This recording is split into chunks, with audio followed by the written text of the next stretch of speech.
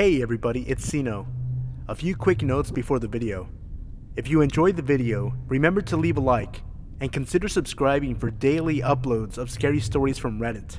I'm including a link to my playlist featuring videos sorted by popularity in the video description below. And finally, this Sunday, June 4th, I'll be hosting a live stream on my wrestling channel for WWE Extreme Rules, where I'll be doing live commentary and coverage. If you're interested in joining me and checking out the channel, I'll include a link in the video description below. Again, thank you for all the support, and may your wildest nightmares come true.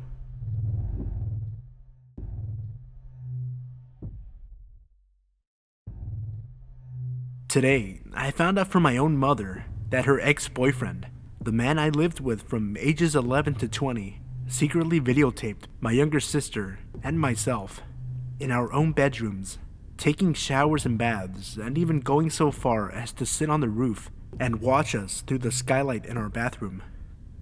I am a 22-year-old female, and my sister is 3 years younger. My mom left him when I was 20, around the same time I moved in with my boyfriend.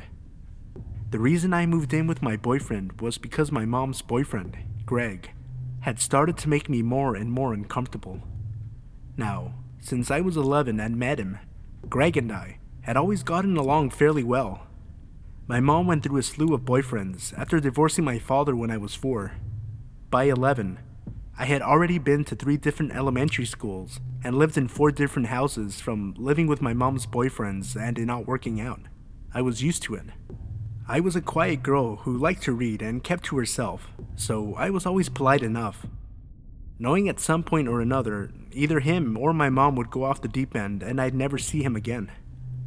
My little sister hated Greg from the first day, absolutely would not tolerate him. For the 9 years he was in our lives, they'd have screaming matches almost every day. We should have listened to her innocent 8-year-old instincts, I suppose, but as I said, Greg and I got on fairly well, although he always did make me a little uncomfortable, just from certain instances here and there happening. When we first moved in with him, within a week, he coincidentally lost his job. It took over a year before he got another one.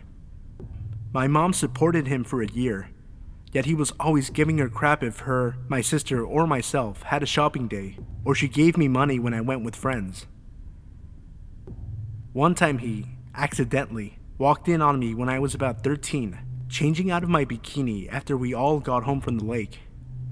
Another time, I was 14, I awoke to him in me and my sister's bedroom on Christmas Eve in the middle of the night, just staring at us. I confronted him the next day, and he chalked it up to saying he wanted to make sure we were asleep before Santa came. When I was 16 and had my first real boyfriend, Greg would absolutely terrorize him to the point he refused to come over to my house.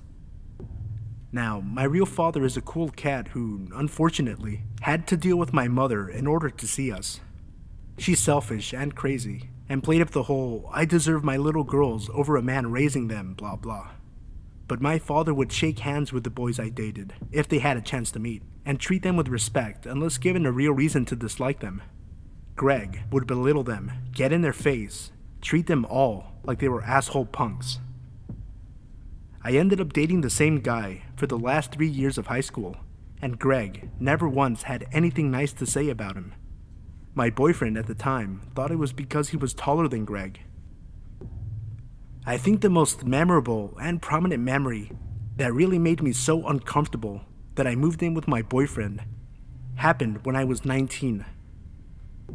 I had just moved back home from a college out of state after 1 semester.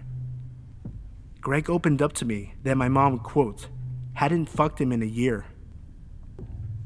There are a few more instances that happened, but basically, I lived with this guy for 9 years of my life, through the hardest years yet of my life.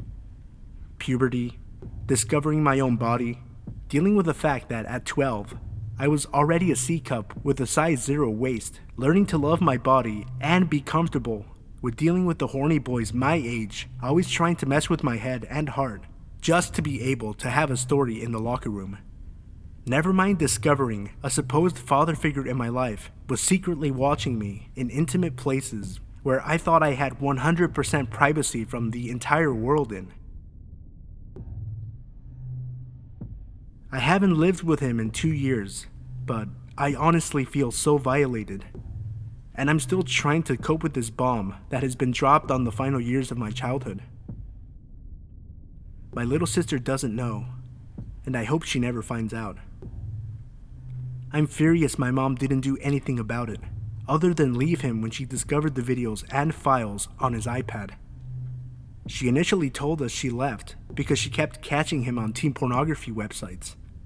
That makes me wonder if he sold any of his videos of us to other pedophiles or uploaded them anywhere. I shudder at the thought. I guess he's involved in a pretty serious sexual harassment case at his work currently.